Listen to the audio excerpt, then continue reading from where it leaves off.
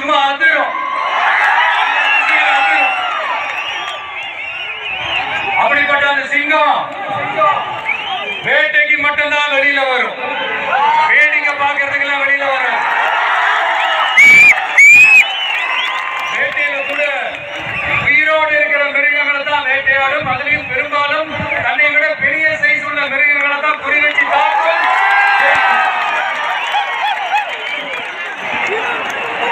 எவ்வளவு பசியில் இருந்தாலும் உயிர் இல்லாததை, கெட்டு போனதை தொட்டு கூட பார்க்க. அப்படிப்பட்ட அந்த சிங்கம் அவ்வளவு ஈஸியா எதையும் தொடாது, தொட்டா விடாது. காட்டோட 4 பக்கமும் மார்க்கிங் மை டெரிட்டரின்னு தன்னுடைய பவுண்டரியை தானே வகுக்கும். அப்படிதான் அந்த காட்டையை தன்னோட கண்ட்ரோல்ல வச்சிருக்கும். சிங்கத்துக்கு கூட்டத்தோட இருக்கிறதுக்கும் தெரியும், தனியா இருக்கிறதுக்கும் தெரியும். அப்படியே தனியா வரணும்னு நினைச்சாலும் அஞ்சாம அலட்டிக்காம சும்மா கேட்டா தனியா வந்து அத்தனை பேருக்கும் தண்ணி காட்டும். எப்ப எதிரையும் தன்னோட தனித்தன்மையை இழக்கவே இழக்காது. Yes, a lion is always a lion.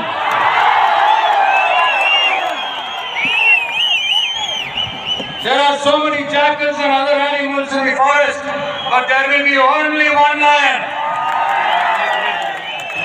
And even if it is single, it will be the king of jungle. It is not only a description but also a clear declaration. சிங்கத்தை பத்தி பேசிட்டு நம்ம சிங்க குட்டிகளையும் சிங்க பெண்களையும் பத்தி நம்ம பேசாம இருக்க முடியுமா? அவங்களை எப்படி நான் மறப்பேன்? அவங்கள என்னுடைய உயிராச்சு, என் நெஞ்சில் கொடியிருக்கும்.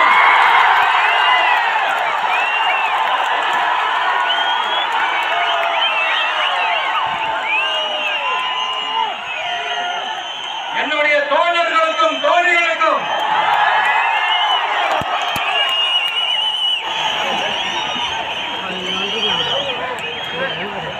நேர்ல வர முடியாத சூழல்ல வீட்டுல இருந்துகிட்டே நம்மளுடைய இந்த மாநாட்டுல நேரலை வாயிலாக கலந்துகிட்டு இருக்கிற என்னுடைய அம்மாக்கள், அக்கா தங்கைகள், அண்ணன் தம்பிகள், நண்பர்கள் அனைவருக்கும் என்னோட உயிர் வணக்கம்.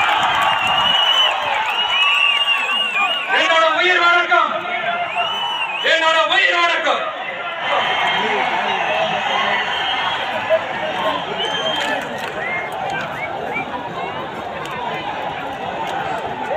வீரம் விளையும் மாமதுரை மண்ணை வணங்குகிறேன். இந்த மதுரைனாலே உடனே ஞாபகத்துக்கு வருது சீறி பாஞ்சி துள்ளி குதிக்கிற யாருக்கும் அடங்காத காளைகள் விளையாடுற அலங்காநல்லூர் ஜல்லிக்கட்டுதான். நம்ம வைகை ஆறுதான் அழகர் ஆத்துல இருக்கிற வைபவம். மதுரை மீனாட்சி அம்மன் இந்த மண்ணோட உண்மையான குணம், உணர்வு பூர்வமான மண்ணுக்கு. அது மட்டும் இல்ல, இந்த மண்ணில் வாழ்ற மக்களும் அப்படித்தான் உணர்வு பூர்வமான ஆளுங்க. நான் இந்த மண்ணில் காலை எடுத்து வச்ச உடனே ஒரே ஒருத்தரை பத்தி தான் மனசுக்குள்ள ஓடிக்கிட்டே இருந்தது. அவர் யாருன்னு உங்களுக்கும் தெரிஞ்சிருக்கும். சினிமானாலும் சரி, அரசியல்னாலும் சரி, நமக்கு ரொம்ப ரொம்ப பிடிச்சது புரட்சி தலைவர் எம்ஜிஆர் அவர்கள் தான். அவரோட பழகிறதுக்கு எனக்கு வாய்ப்பு கிடைக்கல. ஆனா அவரை மாதிரியே குணம் கொண்ட என்னுடைய அண்ணன் புரட்சி கலைஞர்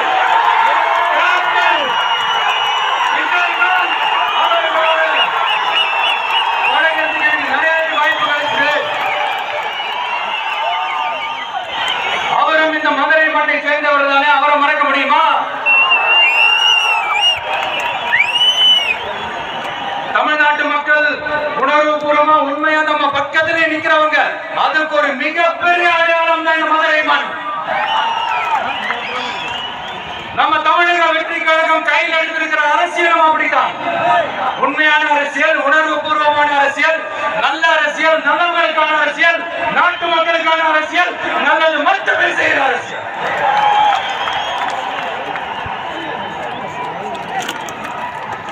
இதோ நம்மளுடைய இரண்டாவது மாநில மாநாடு வாகை சூடும் வரலாறு திரும்புகிறது. இந்த மாநாட்டுக்கு பேர் வச்சிருக்கிறோம்.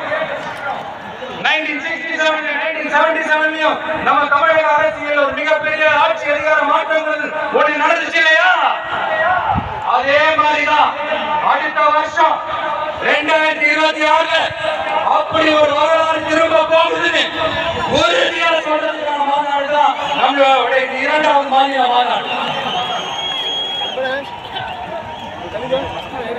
விக்கிரவாண்டி வீசாலையில் நம்மளுடைய ஃபர்ஸ்ட் மாநாடு நடத்தின வெற்றி கொள்கை திருவிழா.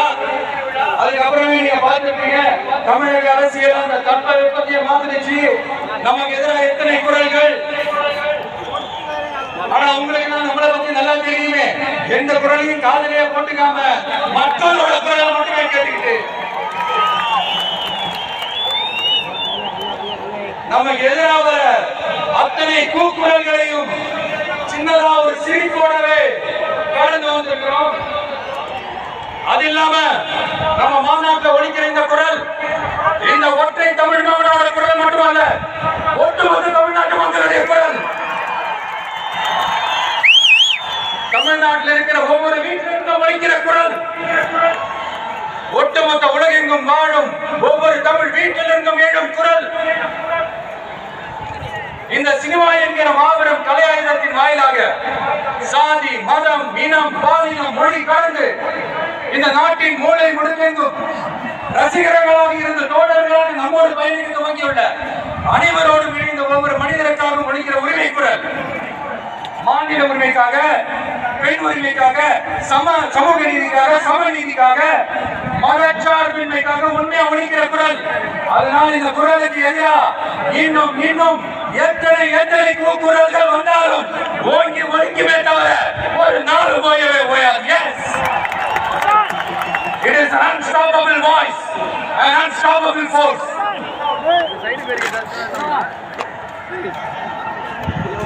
நம்ம அரசியலுக்கு வர்றதுக்கு முன்னாடி ஆனா இவர்தான் வர மாட்டாரியா, அவரே வரல, இவரே வரல, இவருக்கு வரக்கூடாது அப்படின்னு நிறைய பேர் ஜோசியம் சொன்னாங்க. அப்புறம் நம்ம கட்சியினுடைய பேர் அறிவிச்சதுக்கு அப்புறம் பேரு தானே அறிவிச்சிருக்கிறாரு, மக்கள் கிட்ட பேர் வாங்கணும்ல, அதெல்லாம் முடியாதுன்னாங்க. அப்புறம் ரொம்ப முக்கியமா மாநாடுல எவ்வளவு பெரிய விஷயம், அதெல்லாம் இவர் வந்தால எப்படி பண்ண முடியும், சும்மா பக்கத்துல குசியானதை வச்சுக்கிட்டு மாநாடுல எப்படி நடத்தி காட்ட முடியும், அதெல்லாம் அவங்களுக்கு புரியாது. அப்புறம் மழை பெஞ்சு எல்லாத்தையும் கெடுத்துறோம், ஏன் என் கூட இருக்கிறவங்களே கூட தான் சொன்னாங்க. அதுக்கப்புறம் என்ன நடந்துச்சுன்னு எல்லாருக்குமே தெரியும். இப்ப புதுசா அவங்க சொல்ல ஆரம்பிச்சிருக்காங்க. அது என்னன்னா ஆட்சியை பிடிக்கிறதெல்லாம் அவ்வளவு ஈஸி இல்லை இல்லையா? இப்ப அதெல்லாம் விட்டாங்க. இப்ப இங்க வந்துட்டாங்க. இவர் நேரம் ஷூட்டிங்ல இருந்து வருவாரா, வந்து ஆட்சியை பிடிப்பாரா? அது எப்படி இவரால முடியும்? அவராலே முடியல, இவராலே முடியல.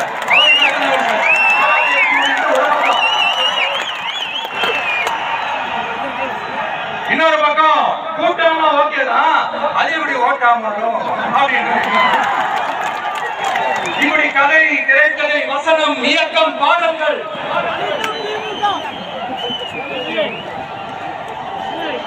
அதனால இந்த அரசியல் ஆய்வாளர்களுக்கு நான் சொல்றதெல்லாம் ஒண்ணே ஒண்ணுதான், நல்லா கேட்டுக்கங்க. இந்த விஜய் ஏதோ இந்த பல லட்சம் பேர் கூடுற கூட்டத்துல மட்டுமே இருக்கிறாரு அப்படின்னு மட்டும் தப்பு கணக்கு போட்டாதீங்க. ஏன்னா நம்மளுடைய இந்த கூட்டம் வெறும் ஓட்டா மட்டும் இல்லைங்க, வரப்போற தேர்தலில் மக்கள் விரோத ஆட்சியாளர்களுக்கு நாம வைக்க போற வேட்டா, நம்மளை கோட்டைக்கு அனுப்ப போற ரூட்டா இருக்க போது சீக்கிரமாவே தெரிஞ்சுப்பீங்க. ஏன்னா கோடிக்கணக்கானவங்களோட ஹார்ட்லயும் வீட்லயும் ஏற்கனவே ஆல்ரெடி உயிரா உணர்வா உறவா இருக்கிறோம். நம்மளுடைய கனெக்ட் எல்லாம் வெறும் மக்களோட மட்டும்தான். நாம யாரு அவங்களுக்கு தெரியும், அவங்க யாரு நமக்கு தெரியும். நாமளும் நம்ம மக்களும் எப்படி இருக்கிறோம் எதிரிகளுக்கு நல்லாவே தெரியும். இருந்தாலும் இந்த விஜய் எதுக்குப்பா வந்திருக்கிறாரு, இவர் என்ன புதுசா என்ன திட்டம் சொல்றாரு அப்படின்னு நிறைய கேள்விகள் நான் சொல்றேன், தெரிஞ்சுக்காங்க. பெண் குழந்தைகள், பெண்கள் மற்றும் வயசானவங்களோட பாதுகாப்புல தான் நம்ம பிரையாரிட்டியே. அடுத்து இளைஞர்கள், உழவர்கள், உழைப்பாளர்கள், நெசவாளர்கள், மீனவர்கள், ஆதரவற்ற முதியோர்கள், மாற்றுத்திறனாளிகள், மூன்றாம் பாலினத்தவர்கள், இன்னும் இங்க யாருக்கெல்லாம் கவர்மெண்டோட ஒரு ஸ்பெஷல் அட்டென்ஷன் தேவையோ அவங்க எல்லாருக்குமான ஒரு கவர்மெண்ட் அமைக்கிறது தான் நம்ம இலக்கு. நான் ஏற்கனவே சொன்னதுதான் நான் திரும்பவும் சொல்றேன். நம்மளுடைய இந்த தமிழக வெற்றி கழகம் ஏதோ அரசியல் ஆதாயத்துக்காக தொடங்கப்பட்ட கட்சியெல்லாம் கிடையாதுங்க. கொள்கை கோட்பாடுகளோடு தந்தை பெரியார், பெருந்தலைவர் காமராஜர், அண்ணல் அம்பேத்கர், வீரமங்க வேலுநாச்சியார், மக்கள் சேவகர் அஞ்சலை என்றார். நம்மளுடைய 5 கொள்கை தலைவர்களோட வழிகாட்டுதல்களோடு தொடங்கப்பட்ட கட்சி. நம்ம ஸ்டாண்ட்ல நாம எப்பவுமே ஸ்ட்ராங்கா தான் இருக்கிறோம். அதுல எந்த மாற்றத்துக்கோ எந்த சமரசத்துக்கோ துளி கூட இடமில்லை. நம்மளுடைய ஒரே கொள்கை எதிரி பாஜக தான். நம்மளுடைய ஒரே அரசியல் எதிரி திமுக தான். நம்மளுடைய ஒரே கொள்கை எதிரி, நம்மளுடைய ஒரே அரசியல் எதிரி. ஏதோ அண்டர் கிரவுண்ட் ஆதாயத்துக்காக டீல் போட்டுக்கிட்டு டீல் பேசிக்கிட்டு இந்த அலையன்ஸ் வச்சுக்கிட்டு இந்த ஊரை ஏமாத்துற கட்சியெல்லாம் நம்ம டிவிக்கே கிடையாதுங்க. யாருக்காகவும் எதுக்காகவும் எந்த பயமும் கிடையாது. மாபெரும் பெண்கள் சக்தி நம்மளோட இருக்கிறாங்க. மாபெரும் இளைஞர்கள் சக்தி நம்மளோட இருக்கிறாங்க. ஒட்டுமொத்த தமிழ்நாட்டு மக்களுடைய சக்தி நம்மளோட இருக்கிறாங்க. அப்படி இருக்கும்போது இந்தியாவில் இருக்கிற எல்லா ஸ்டேட்லயும் வாழ்ற நம்ம தமிழ் தெரிஞ்சுக்கிறது மட்டும் இல்ல, உலகம் பூரா 100க்கும் மேலான நாடுகளில் வாழ்ற நம்ம தாய் தமிழ் உறவுகள் எல்லாருமே என்ன விஜய் தளபதி விஜய் இல்லைன்னா விஜய் தளபதி இப்படி சொந்தம் கொண்டாடுற கோடிக்கணக்கானவங்களோட அன்பு வாசியம் நம்மளோட இருக்கும் போது, இவங்க எல்லாருமே நம்மளோட இருக்கும் போது எதுக்குங்க இந்த பாசிச பாஜகவோட நேரடி கூட்டணியோ இல்ல மறைமுக கூட்டணியான உறவு வச்சுக்க? நாம என்ன உலகமாக ஊழல் கட்சியல்ல?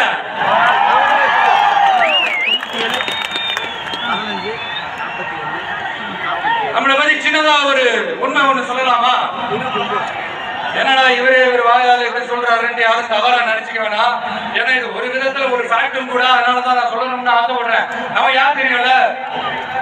நம்ம எல்லாருமே சொல்றேன். நம்ம யார் தெரியும்ல? இந்தியாவின் மாபெரும் மக்கள் சக்தி கொண்ட ஒரு மகத்தான வெகுஜன மக்கள் படை.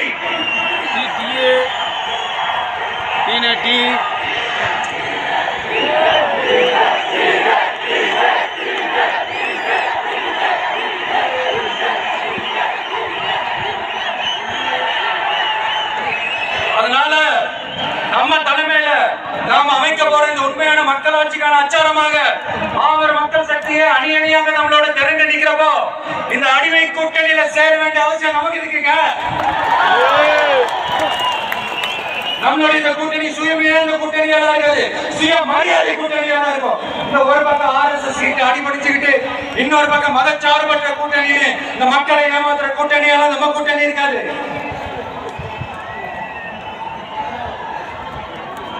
நான் இப்பவும் சொல்றேன், நம்மளை நம்பி வரவங்களுக்கு ஆட்சியிலும் அதிகாரத்திலும் உறுதியாக பங்களிப்பு செய்யப்படும்.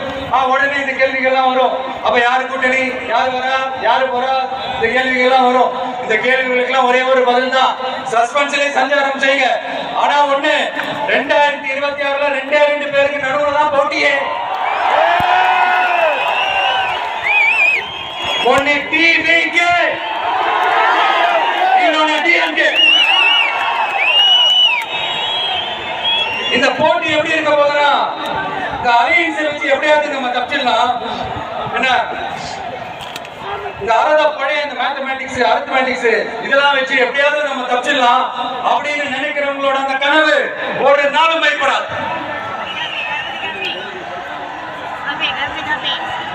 சரி, இப்ப நம்ம வேற ஒரு ஏரியாவுக்கு கொண்டு வருவோம். எதிர்காலம் வரும்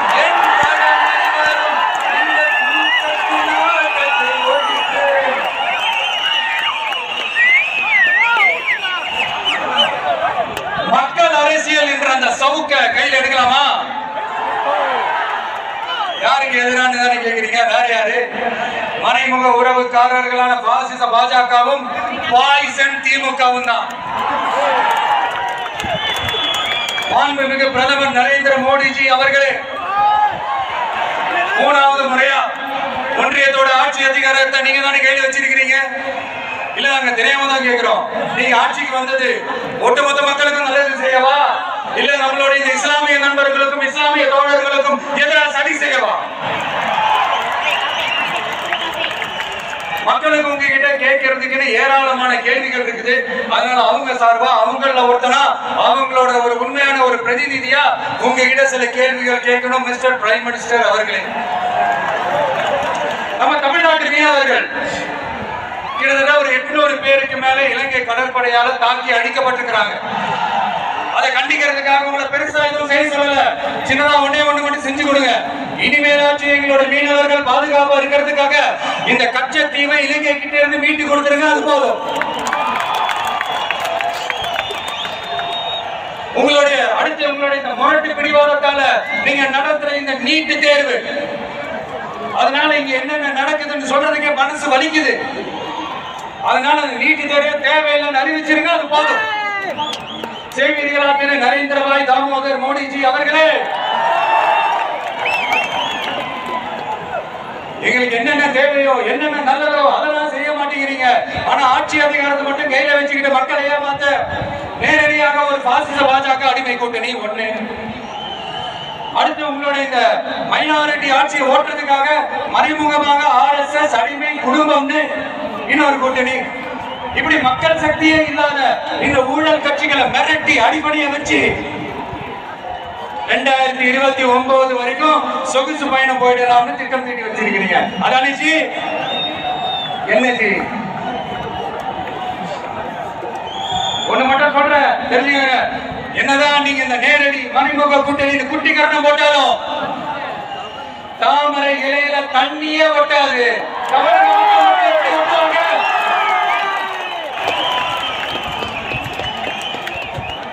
இங்க ஒரு MP சீட்டு கூட தரலன்றதுக்காக தமிழ்நாட்டுக்கும் தமிழ்நாட்டு மக்களுக்கும் எதுவுமே செய்யாம ஓரவஞ்சனை செய்யுது ஒன்றிய பாஜக அரசு. சங்கம் வச்சு தமிழ் வளர்த்த மண் இந்த மதுரை மண். அதனால இங்க அந்த கீழடியில கிடைச்ச ஆதாரங்களை எல்லாம் மறைச்சிட்டு எங்க நாகரிகத்தையும் எங்க வரலாறையும் அழிக்கிறதுக்காக உள்ளடி வேலை செய்யலாம் அப்படின்னு நினைக்கிறீங்க. தமிழ்நாட்டை தொட்டு என்ன நடக்கும் நீங்க பல உதாரணங்கள் இருக்குது. அதனால இதையெல்லாம் மறைச்சிட்டு எங்க மக்களை ஏமாத்திடலாம் மட்டும் நினைக்காதீங்க. மத நல்லிணக்கத்திற்கு பெயர் பெற்ற இந்த மதுரை மண்ணில் இருந்து சொல்றேன், உங்க எண்ணம் எல்லாம் ஒரு நாளும் ஈடேறாது.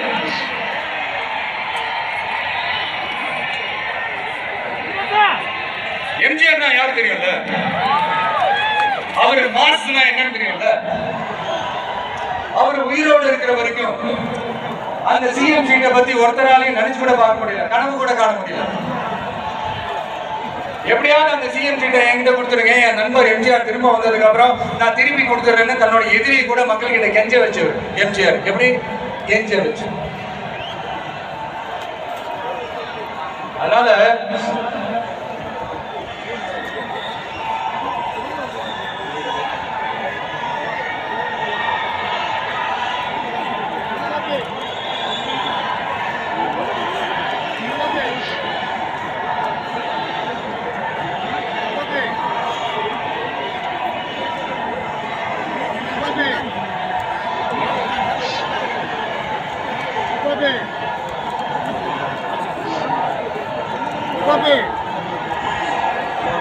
ஆனா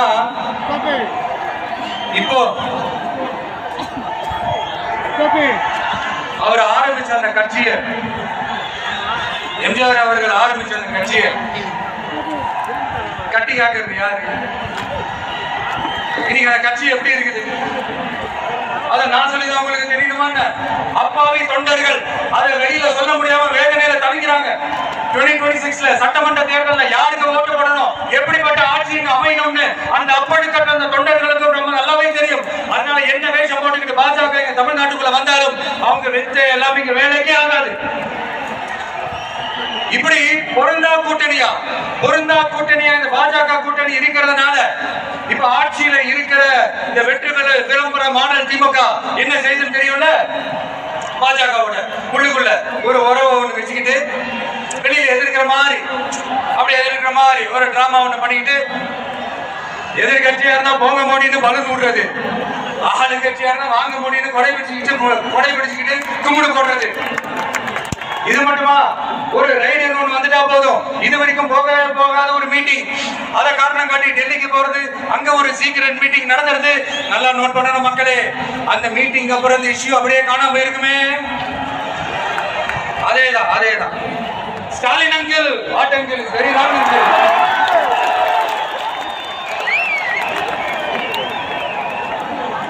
இப்படி தமிழ்நாட்டில் இப்ப நடக்கிற இந்த ஆட்சியினுடைய லட்சணத்தை பார்த்துக்கிட்டு நாம எப்படி சும்மா இருக்க முடியும்? ஒரு தவறு செய்தால், அதை தெரிந்து செய்தால், அவர் கபட நாடக மு.க. ஸ்டாலின் அங்கிளாகவே இருந்தாலும் அங்கிள் உங்களுக்கு மனசாட்சின்னு ஒன்று இருந்துச்சுன்னா நாங்க கேட்கிற கேள்விகளுக்கு மட்டும் கொஞ்சம் பதில் சொல்லுங்க அங்கிள். நீங்க நடத்துற இந்த ஆட்சியில நேர்மை இருக்கா? நியாயம் இருக்கா? ஊழல் இல்லாம இருக்கா? சட்டம் ஒழுங்கு சரியா இருக்கா? பெண்களுக்கு பாதுகாப்பு இருக்கா? பொதுமக்களுக்கு பாதுகாப்பு இருக்கா? இயற்கை வளங்களுக்கு பாதுகாப்பு இருக்கா? சொல்லுங்க மை டியர் அங்கிள், சொல்லுங்க. டாஸ்மாக்ல மட்டுமே இது வரைக்கும் 1000 கோடிக்கு மேல ஊழல் சொல்றாங்க. அதுல மட்டுமா தப்பு நடக்குது? வேற எதுலதான் நடக்கல? உலகத்திலே மிஸ்டர் கிளீன் ரெக்கார்ட்ஸ் எல்லாம் உங்களுக்கும் உங்க கூட இருக்கிறவங்களுக்கும் மட்டும்தான் கொடுக்கணும். இதை பார்த்து வாயே இல்லாத ஊரு கூட வயிறு வலிக்கு சிரிக்குது. பெண்களுக்கு 1000 ரூபாய் கொடுத்துட்டீங்கன்னா போதுமாக்கள் அப்படியே அதை மூடி மறைச்சிடலாம் பாக்குறீங்களா? படிக்கிற இடத்துல, வேலைக்கு போற இடத்துல, வெளியில போற இடத்துல அவங்களுக்கு பாதுகாப்பே இல்லைன்னு ஒட்டுமொத்த பெண்களும் கதறாங்க. அந்த கதறல் சத்தம் ஏதாவது உங்க காதுல கேக்குதா அங்கிள்? இதுல வேற உங்க அப்பான்னு கூப்பிடுறாங்கன்னு வேற சொல்றீங்க. What is this uncle? It's very very wrong uncle. It's very very wrong. பெண்களுக்கு மட்டுமா பொய் வாக்குறுதி கொடுத்து ஏமாத்துறீங்க? அரசு ஊழியர்கள், ஆசிரியர்களை ஏமாத்துறீங்க, விவசாயிகளை ஏமாத்துறீங்க, பரந்தூர்ல பாதிப்பே வராதுன்னு சொல்லி ஏமாத்துறீங்க, மீனவர்களை ஏமாத்துறீங்க, போதைப் பொருள் கலாச்சாரத்தை ஒழிக்காம ஏமாத்துறீங்க. ஐயோ வெரி வெரி கஷ்டம் அங்கிள், வெரி வெரி கஷ்டம்.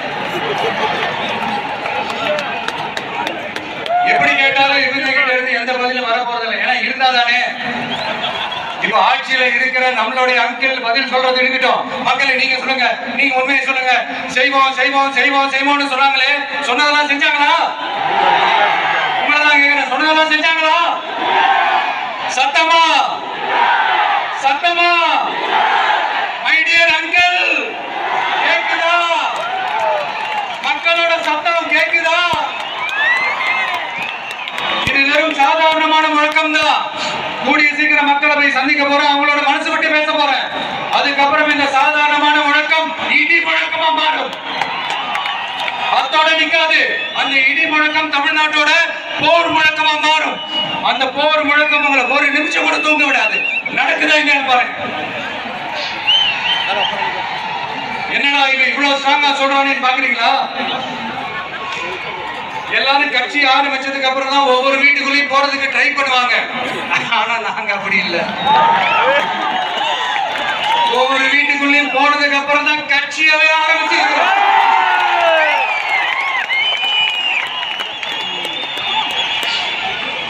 அதனால ஒட்டுமொத்தமா எல்லாருமா சேர்ந்து இந்த திமுக ஆட்சியை, கபட நாடக திமுக ஆட்சியை 2026 தேர்தலில் வீட்டுக்கு அனுப்புறோம். வீட்டுக்கு அனுப்புறோம். என்ன நண்பா, சரிதானே? என்ன நன்றி செய்வீர்கள் தானே? இப்போ உங்களுக்கு சின்னதா ஒரு சர்ப்ரைஸ். நம்ம கட்சியினுடைய வேட்பாளர் பட்டியலை அறிவிக்க போறேன். மதுரை கிழக்கு வேட்பாளர் விஜய்.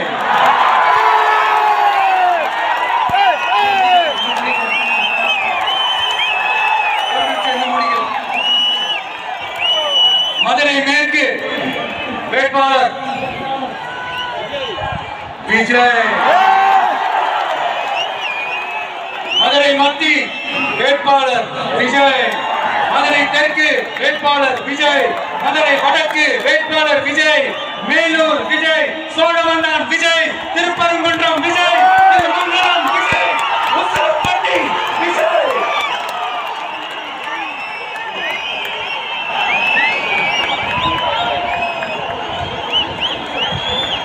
என்னடா எல்லா தொகுதியிலும் ஒரே வேட்பாளர்னு பாக்குறீங்களா?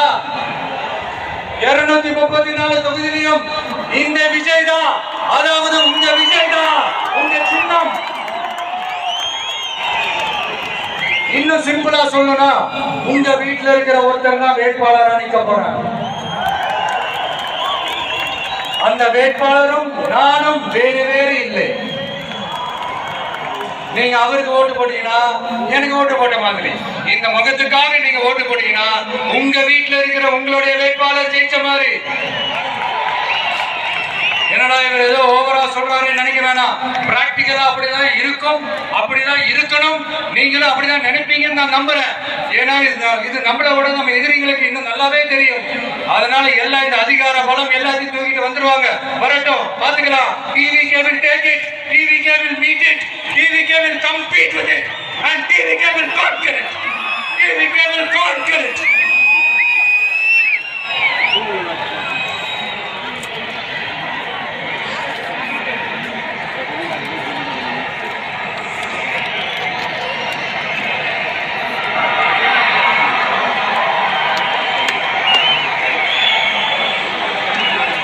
இந்த நேரத்துல நம்ம மனசுல இருக்கிறத மக்கள் கிட்ட சொல்லி ஆகணும். தூத்துக்குடி ஸ்னோலினோட அம்மா என்ன அவங்களோட தம்பின்னு, அவங்க பொண்ணுக்கு நான் தாய் மாமன்னு சொன்னாங்க.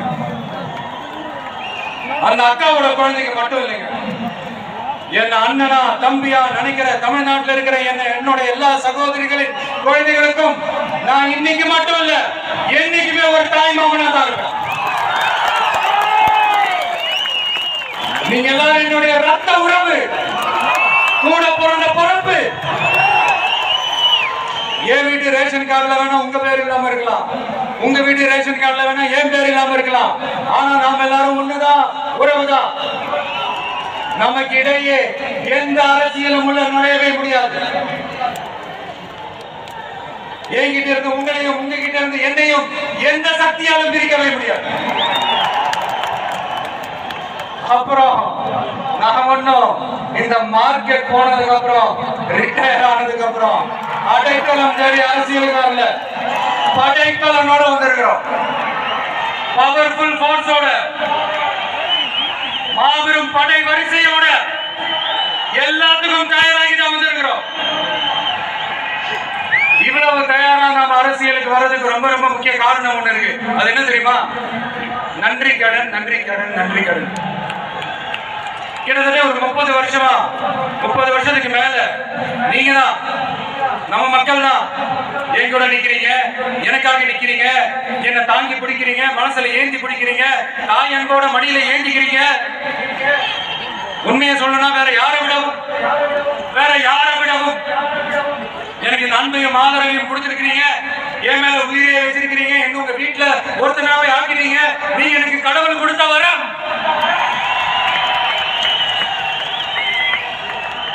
உலகம் பூரா நமக்காக நம்ம கூட நிக்கிற நம்ம மக்களை நான் எப்படி மறப்பேன்? நான் என் லைஃப்ல ரொம்ப உயிரா நினைக்கிறது பெண்களை, குழந்தைகளை, இளைஞர்களை, உழைக்கிற மக்களை தான். இவங்க தான் நம்மளோட வகைரா. இத பார்த்துதான் நம்மளோட எதிரிகளுக்கு பத்தி எரியுது. அதுக்காக நாம என்ன செய்ய முடியும்? அதனால நம்ம உறவுகளை, சொந்தத்தை, வகையறாவை யாருக்காகவும் எதுக்காகவும் விட்டு கொடுக்க முடியாது இல்லையா?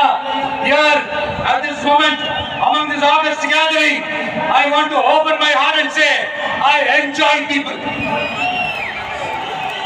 I respect people, I worship people.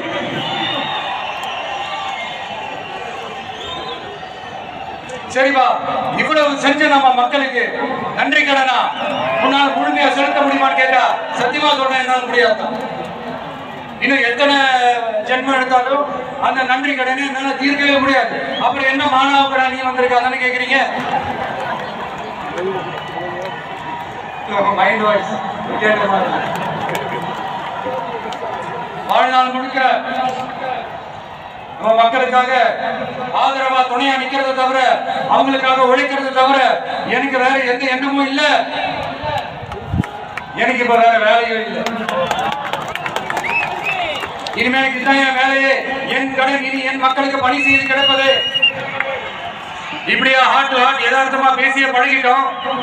இதுக்கு மேலே எனக்கும் மக்களுக்கும் இடையே இருக்கிற அந்த உறவை பத்தி நான் பேச ஆரம்பிச்சேன்னா ஒரு மாதிரி எமோஷனல் ஆயிடுவோம். அப்புறம் கண்ட்ரோல் பண்றது ரொம்ப கஷ்டம்.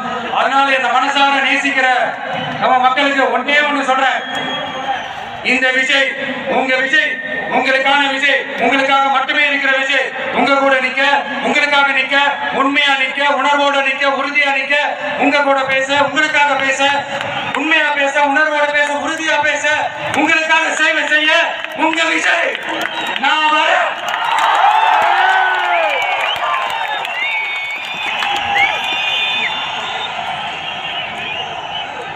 சொல்லல முக்கியம், செயல் செயல் செயல் தான் முக்கியம்.